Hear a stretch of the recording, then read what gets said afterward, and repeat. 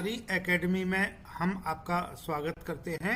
आज हम अध्याय 9 बीजीय व्यंजक एवं सर्व समीकरण इसकी प्रश्नावली 9.3 करेंगे।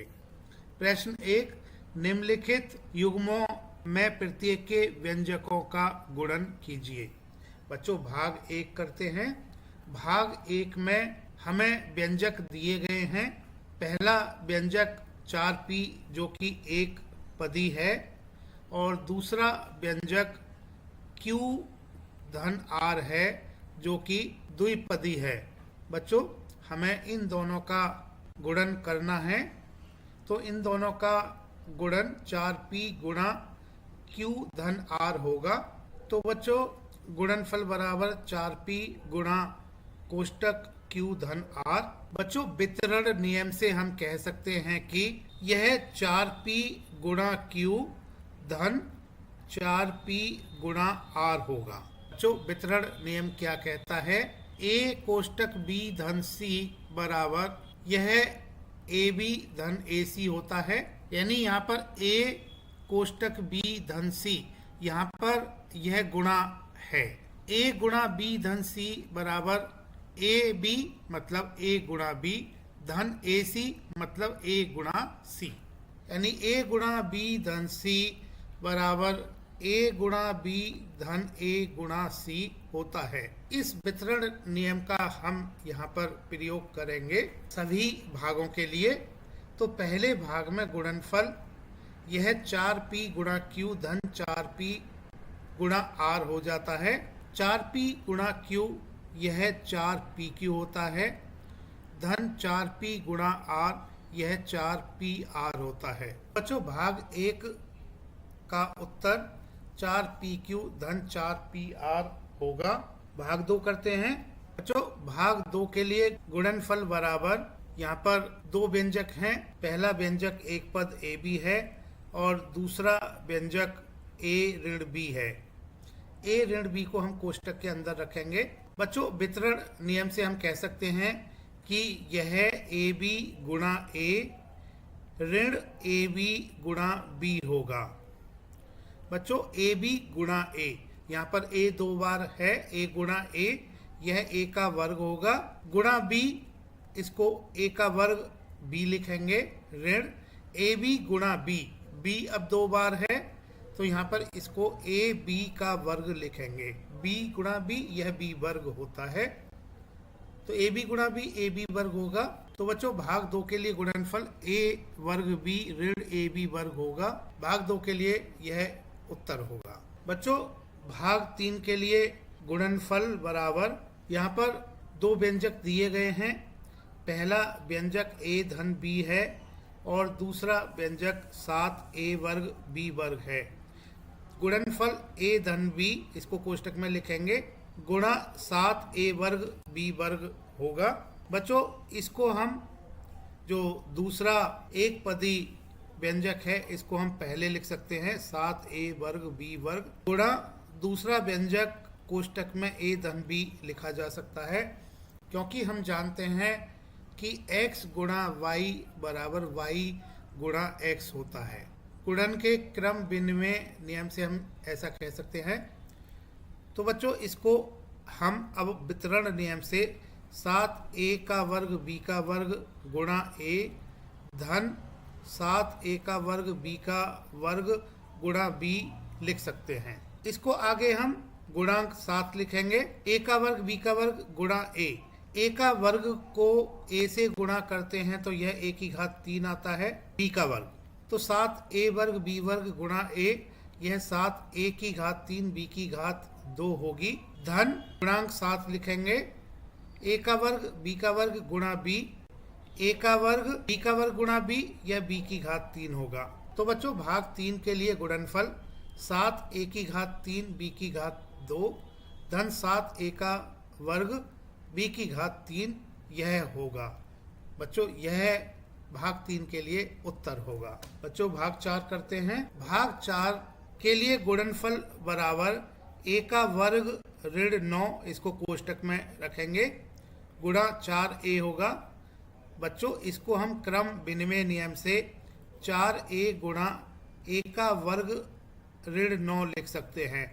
अब वितरण नियम से इसको हम 4a गुणा a का वर्ग ऋण 4a गुणा 9 लिख सकते हैं। 4a गुणा a का वर्ग, गुणांक 4 को लिखेंगे पहले। a गुणा a का वर्ग यह a की घात 3 होता है। ऋण गुणांक को लिखेंगे पहले 4 को।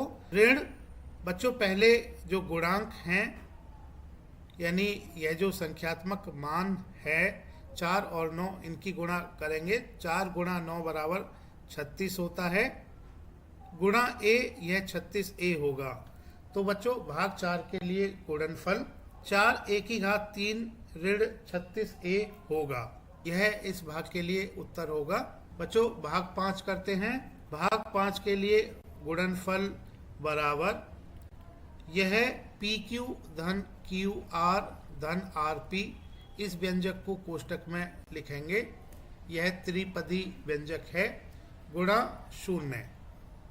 बच्चों इसको हम 0 क्रम विनिमय नियम से 0 गुणा PQ धन QR धन RP लिख सकते हैं। अब वितरण नियम से यह 0 गुणा PQ धन 0 गुणा QR धन 0 गुणा RP हो जाता है।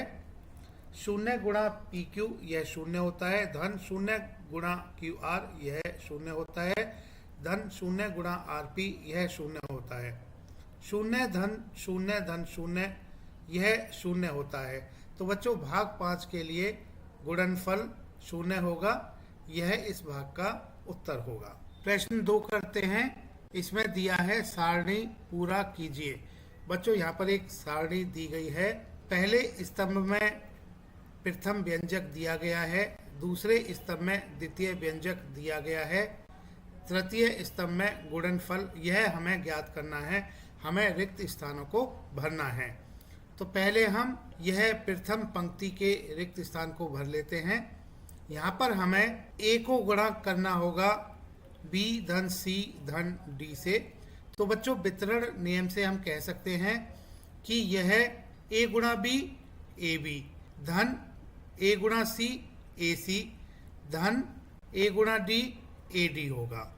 तो बच्चों प्रथम पंक्ति के रिक्त स्थान में ab धन ac धन ad आएगा। द्वितीय पंक्ति में x धन y धन ऋण 5 इसकी गुणा करनी है 5xy से। तो बच्चों इसको हम 5xy गुणा x धन y ऋण 5 लिख सकते हैं। इसको आगे हम 5xy गुणा x धन 5xy गुणा y ऋण 5xy गुणा 5 लिख सकते हैं। अब इसको आगे हम 5xy गुणा x, यह गुणांक 5 लिखेंगे पहले। x गुणा x x का वर्ग होता है, y लिखेंगे। तो 5xy गुणा x 5x वर्ग y होगा, धन 5 लिखेंगे। xy गुणा y यह xy वर्ग होगा, ऋण 5xy गुणा 5 5 गुणा 5 25 होता है xy। तो बच्चों द्वितीय पंक्ति के रिक्त स्थान में 5x वर्ग y धन 5xy वर्ग ऋण 25xy आएगा। अब हम तृतीय पंक्ति के रिक्त स्थान को पूरा करते हैं। इसमें बच्चों हमें p को गुणा करना होगा 6p वर्ग ऋण 7p धन 5 से। वितरण नियम से हम कह सकते हैं कि यह p गुणा 6p का वर्ग ऋण p गुणा 7p धन p गुणा 5 होगा। p गुणा 6p का वर्ग, बच्चों पहले संख्यात्मक मान 6 को लिखेंगे। p गुणा p का वर्ग यह p की घात 3 होगा, ऋण p गुणा 7p संख्यात्मक मान 7 लिखेंगे पहले। p गुणा p यह p का वर्ग होगा, धन p गुणा 5 यह 5p होगा। तो बच्चों तृतीय पंक्ति के रिक्त स्थान में 6p की घात 3 ऋण 7p का वर्ग धन 5p आएगा।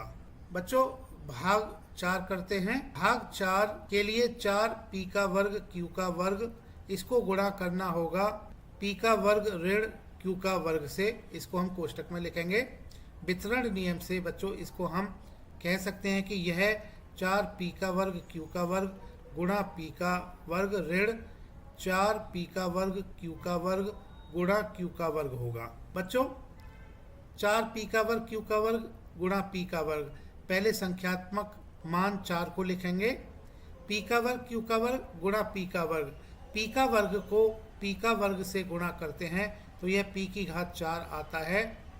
अब इसके साथ क्यू का वर्ग हम इसको लिखेंगे, 4 पी का वर्ग क्यू का वर्ग गुणा पी का वर्ग, यह 4 पी की घात 4 क्यू का वर्ग होगा।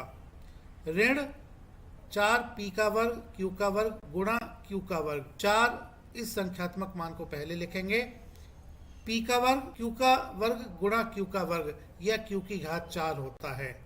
तो 4 पी का वर्ग क्यू का वर्ग गुणा क्यू का वर्ग, यह 4 पी वर्ग क्यू की घात 4 होगा। तो बच्चों रिक्त स्थान में 4 पी की घात 4 क्यू की घात 2 ऋण 4 पी की घात 2 क्यू की घात 4 आएगा। बच्चों भाग 5 के रिक्त स्थान को भरते हैं। इसमें हमने a धन b धन c, इसको हम कोष्टक में लिखेंगे, इसको गुणा करना होगा व्यंजक a b c से। बच्चों क्रम विनिमय नियम से हम इसको a b c गुणा कोष्टक a धन b धन c कह सकते हैं। वितरण नियम से यह a b c गुणा a धन a b c गुणा b धन a b c गुणा c होगा। a b c गुणा a को a से गुणा करेंगे तो यह a वर्ग हो जाता है, b c लिखेंगे, इसके साथ धन a b c गुणा b को b से गुणा करते हैं तो यह b का वर्ग होता है, a और c लिखेंगे, धन a b c गुणा c, यह a b c गुणा c का वर्ग होगा। तो बच्चों भाग 5 यानी चतुर्थ पंक्ति के रिक्त स्थान में a का वर्ग b c धन a b वर्ग c धन a b c वर्ग आएगा। प्रश्न 3 गुणनफल ज्ञात कीजिए। भाग 1 करते हैं। भाग 1 में हमें गुणनफल ज्ञात करना है। a का वर्ग गुणा 2a की घात 22 गुणा 4a की घात 26। बच्चों यहाँ पर 3 व्यंजकों का गुणनफल ज्ञात करना है।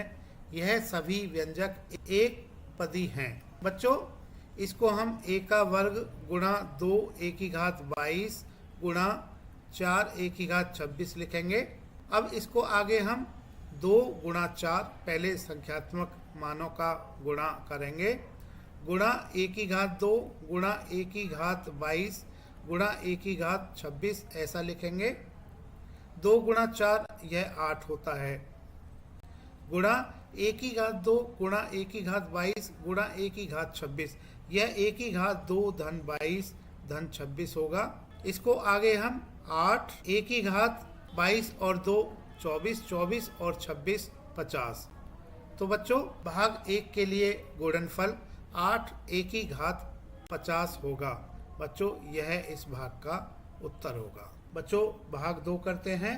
भाग 2 में हमें गुणनफल ज्ञात करना है 2/3 xy, यह कोष्टक में लिखा हुआ है, गुणा दूसरे कोष्टक में लिखा हुआ है 9/10 x का वर्ग y का वर्ग। बच्चों इसको हम 2/3 xy गुणा ऋण 9/10 x का वर्ग y का वर्ग लिखेंगे। पहले हम संख्यात्मक मानों की गुणा करेंगे। यह 2/3 गुणा ऋण 9/10 गुणा xy गुणा x का वर्ग y का वर्ग होगा। बच्चों इसको आगे हम 2 को ऋण 9 से गुणा करेंगे। बच्चों 2 को 2 से भाग करते हैं 1 आता है, 2 को 10 से भाग करते हैं तो 5 आता है, 3 को 3 से भाग करते हैं 1 आता है, 3 को 9 से भाग करते हैं तो 3 आता है। 1 गुणा ऋण 3, बच्चों यह ऋण 3 होगा। 1 गुणा 5 यह 5 होगा। तो बच्चों संख्यात्मक मानों का गुणनफल ऋण 3/5 होगा, गुणा x y गुणा x की घात 2 y की घात 2, यह x गुणा x की घात 2, यह x की घात 3 होगा, गुणा y गुणा y की घात 2, यह y की घात 3 होगा। तो बच्चों यह ऋण 3/5 x की घात 3 y की घात 3 होगा। तो बच्चों भाग 2 के लिए गुणनफल ऋण 3/5 x की घात 3 y की घात 3 होगा। यह इस भाग का उत्तर होगा। बच्चों भाग 2 कर लिया है, अब हम भाग 3 करेंगे। भाग 3 में हमें गुणा करना है। एक व्यंजक को कोष्टक में लिखा हुआ है, यह ऋण 10/3 पी क्यू की घात 3 है। दूसरा व्यंजक दूसरे कोष्टक में लिखा हुआ है, यह 6/5 पी की घात 3 क्यू है। तो बच्चों इसको आगे हम ऋण 10/3 पी क्यू की घात 3 गुणा 6/5 पी की घात 3 क्यू लिखेंगे। पहले संख्यात्मक मानों का गुणा कर लेते हैं। यह ऋण 10/3 गुणा 6/5 होगा, गुणा पी क्यू की घात 3 गुणा पी की घात 3 क्यू लिखेंगे। इसको आगे हम 3 को 3 से भाग देते हैं, 1 आता है। 3 को 6 से भाग देते हैं, 2 आता है। 5 को 10 से भाग देते हैं, 2 आता है। 5 को 1 से भाग देते हैं, 1 आता है। तो बच्चों ऋण 2 गुणा 2 यह ऋण 4 होता है, बटा 1 गुणा 1 यह 1 होता है, गुणा पी क्यू की घात 3 गुणा पी की घात 3 क्यू, यह पी गुणा पी की घात 3 गुणा क्यू की घात 3 गुणा क्यू होगा। बच्चों इसको आगे हम ऋण 4/1 ऋण 4 होता है। पी गुणा पी की घात 3 यह पी की घात 4 होगा। क्यू की घात 3 गुणा क्यू यह क्यू की घात 4 होगा।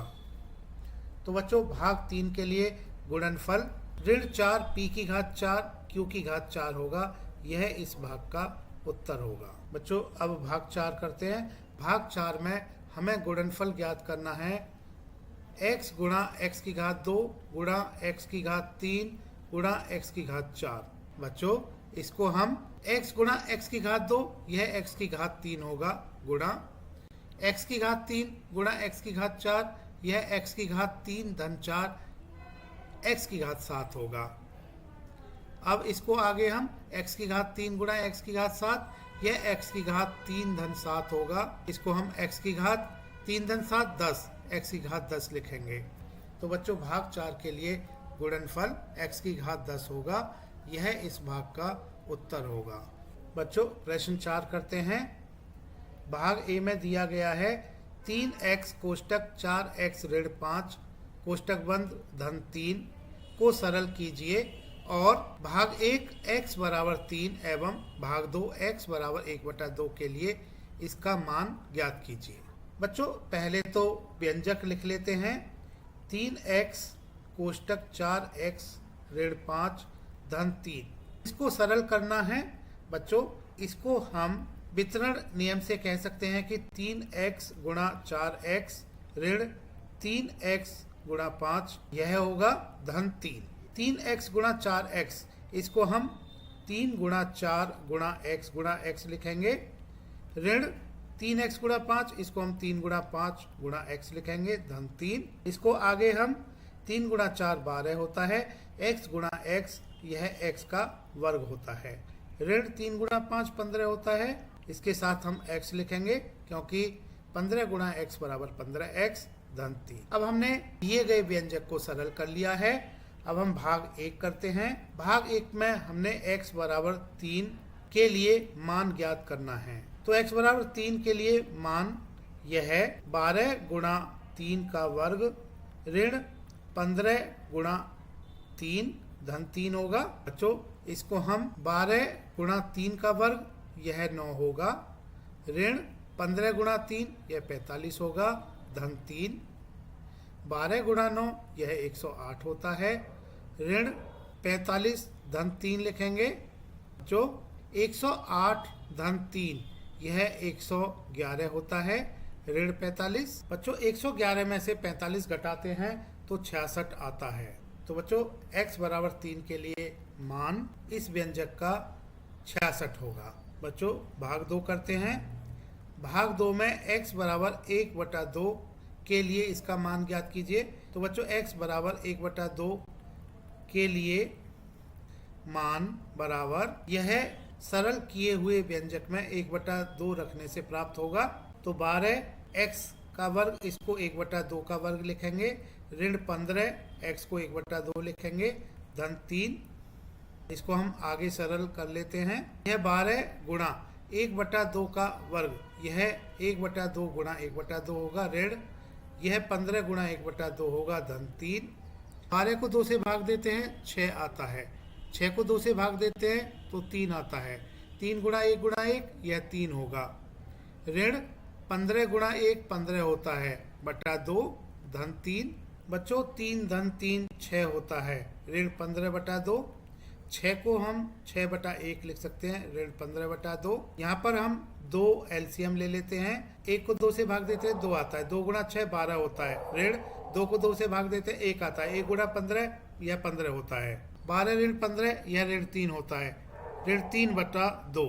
तो बच्चों x बराबर 1/2 के लिए इस सरल किए हुए व्यंजक का मान ऋण 3/2 होगा।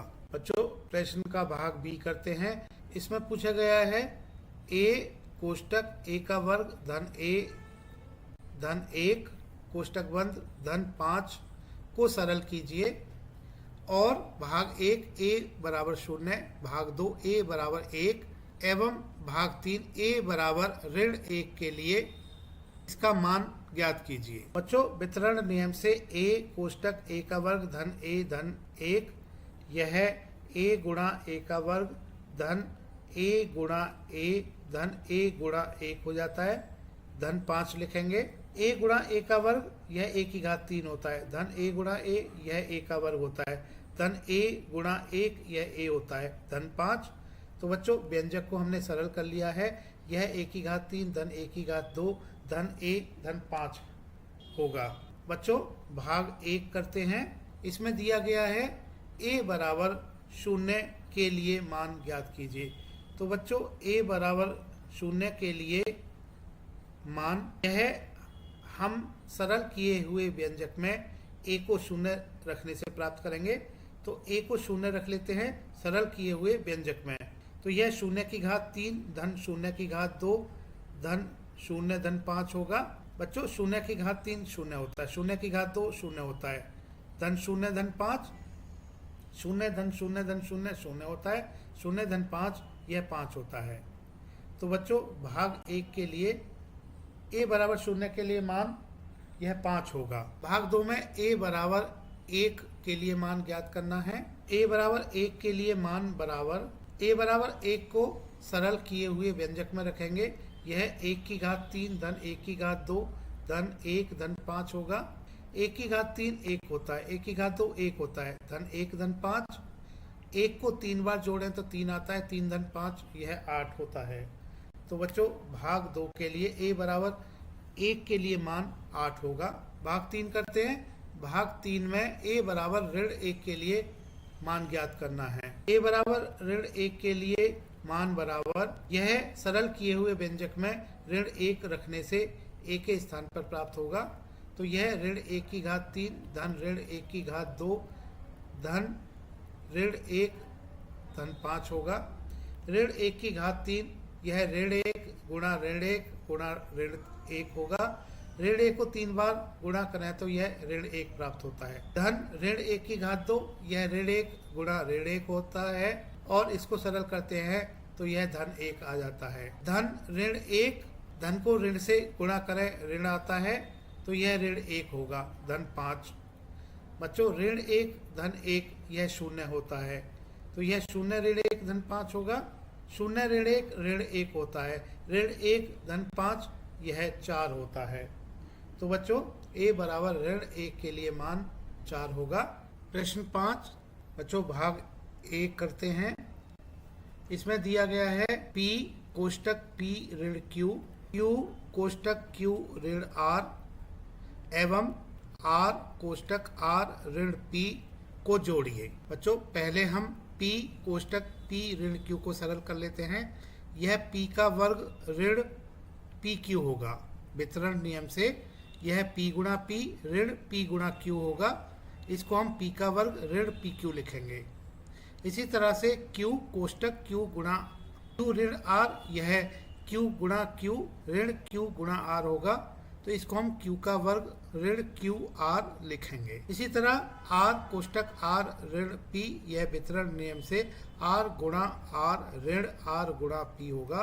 इसको हम r का वर्ग ऋण r p लिखेंगे। अब बच्चों इन तीनों को हमने जोड़ना है। इन तीनों को जोड़ लेते हैं।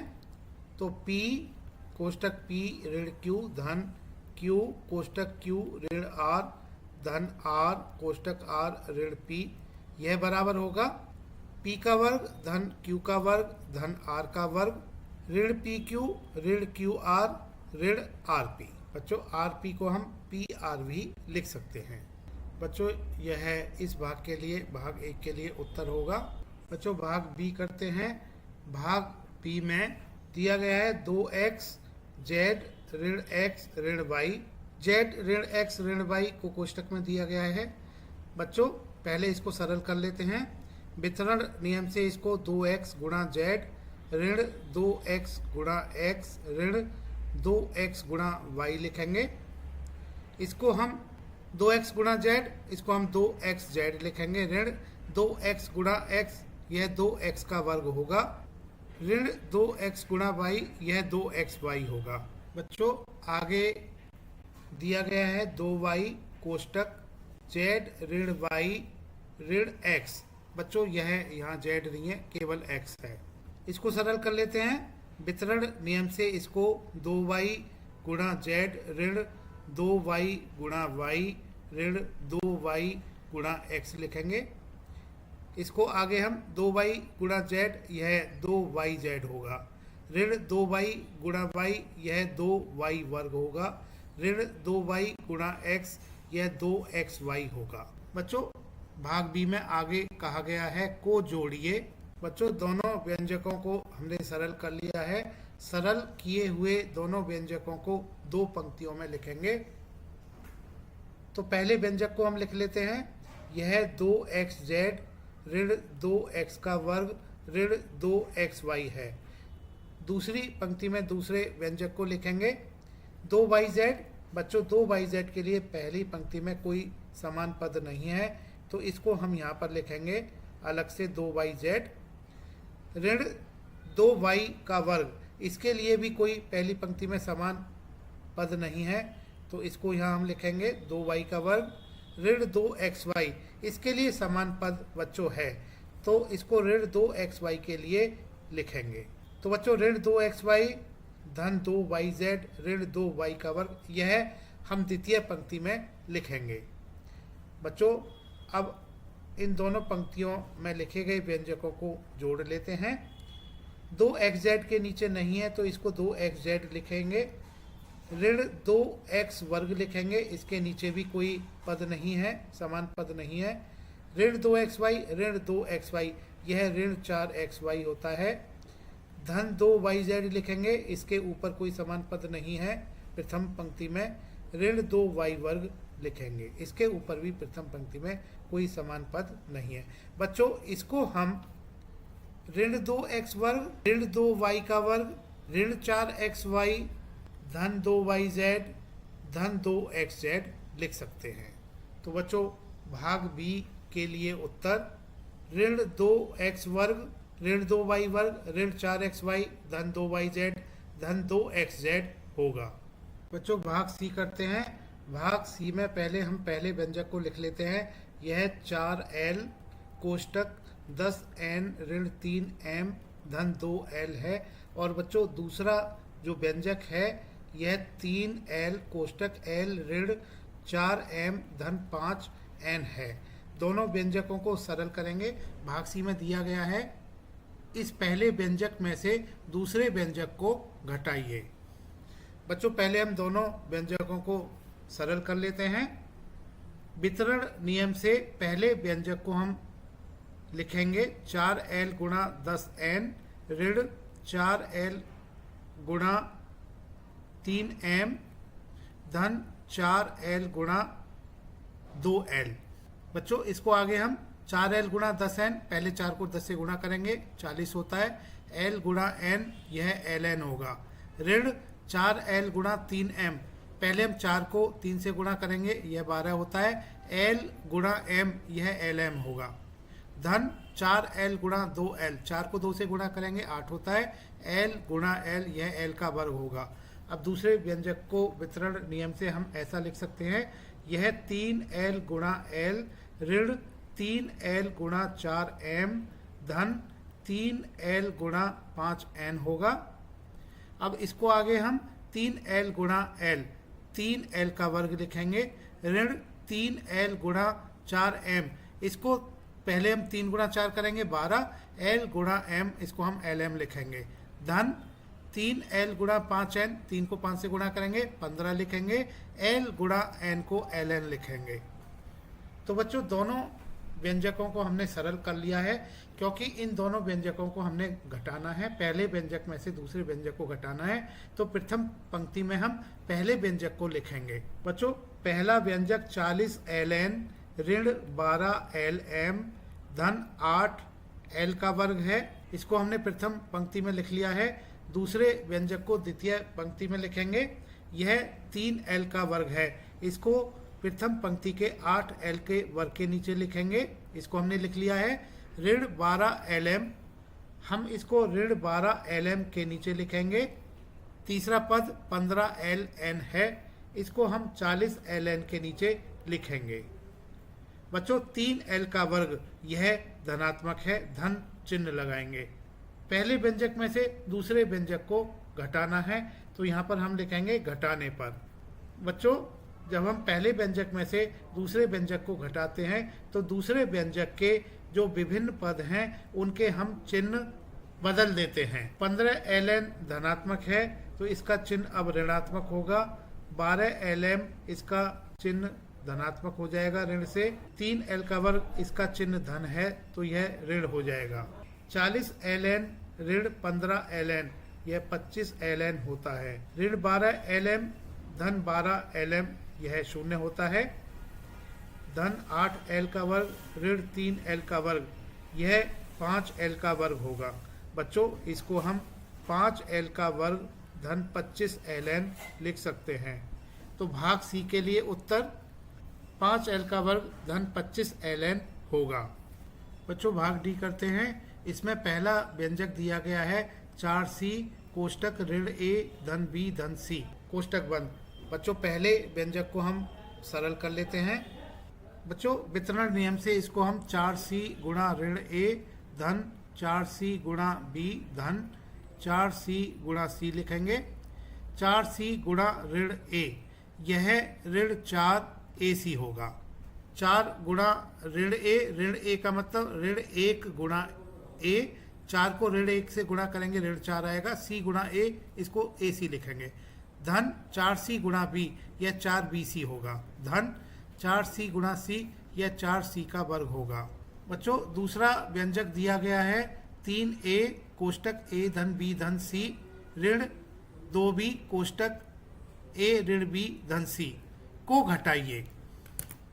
पहले व्यंजक में से दूसरे व्यंजक को घटाना है। बच्चों दूसरे व्यंजक को पहले हम सरल कर लेते हैं। बच्चों दूसरे व्यंजक को वितरण नियम से हम 3a गुणा a धन 3a गुणा b धन 3a गुणा c लिखेंगे और दूसरे पद को हम वितरण नियम से ऋण 2b गुणा a ऋण 2b गुणा ऋण b ऋण 2b गुणा c ले। इसको आगे हम 3a गुणा a यह 3a का वर्ग होगा, धन 3a गुणा b यह 3ab होगा, धन 3a गुणा c यह 3ac होगा, ऋण 2b गुणा a यह ऋण 2ab होगा। ऋण 2b गुणा ऋण b, ऋण गुणा ऋण धन होता है तो यह धन 2b का वर्ग होगा। ऋण 2b गुणा c यह ऋण 2bc होगा। बच्चों हमने पहले व्यंजक में से दूसरे व्यंजक को घटाना है, तो पहले व्यंजक के सरलतम रूप को प्रथम पंक्ति में लिख लेते हैं और दूसरे व्यंजक के सरलतम रूप को दूसरी पंक्ति में लिख लेते हैं। तो पहली पंक्ति में हम ऋण 4ac धन 4bc धन 4c स्क्वायर लिखेंगे। दूसरी पंक्ति में हम 3a का वर्ग हम लिख लेते हैं। बच्चों इसके लिए कोई समान पद प्रथम पंक्ति में नहीं है। इसके बाद 3ab, इसको भी हम 3a का वर्ग के साथ लिखेंगे। 3ab के लिए समान पद प्रथम पंक्ति में नहीं है। इसके बाद 3ac, इसको हम ऋण 4 AC प्रथम पंक्ति के ऋण 4 AC के नीचे लिखेंगे। इसके आगे ऋण 2 AB। बच्चों यहाँ पर यह जो 3 AB ऋण 2 AB है, इसको यहीं पर हम सरल कर लेते हैं।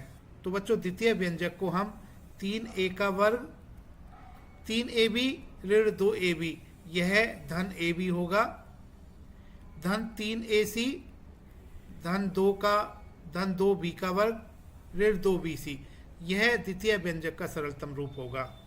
तो बच्चों द्वितीय पंक्ति में हमने 3A का वर्ग लिख लिया है। अब हम AB को लिखेंगे, तो 3A का वर्ग के साथ यह AB होगा। यहाँ से हम इस 3 को हटाएंगे। इसके आगे 3 AC है, इसको हमने ऋण 4 AC के नीचे लिख लिया है। इसके आगे धन 2B का वर्ग, इसको हम अलग से लिखेंगे, धन 2B का वर्ग। इसके लिए प्रथम पंक्ति में कोई समान पद नहीं है। इसके आगे ऋण 2BC, इसको हम प्रथम पंक्ति के धन 4BC के नीचे लिखेंगे। बच्चों 3A का वर्ग, इसके आगे धन चिन्ह लगाएंगे, क्योंकि 3A का वर्ग यह धनात्मक है, इसके आगे कोई चिन्ह नहीं है दूसरे व्यंजक के सरलतम रूप में, तो इसका मतलब 3A का वर्ग यह धनात्मक है। हमने दोनों पंक्तियों में दोनों व्यंजकों को लिख लिया है।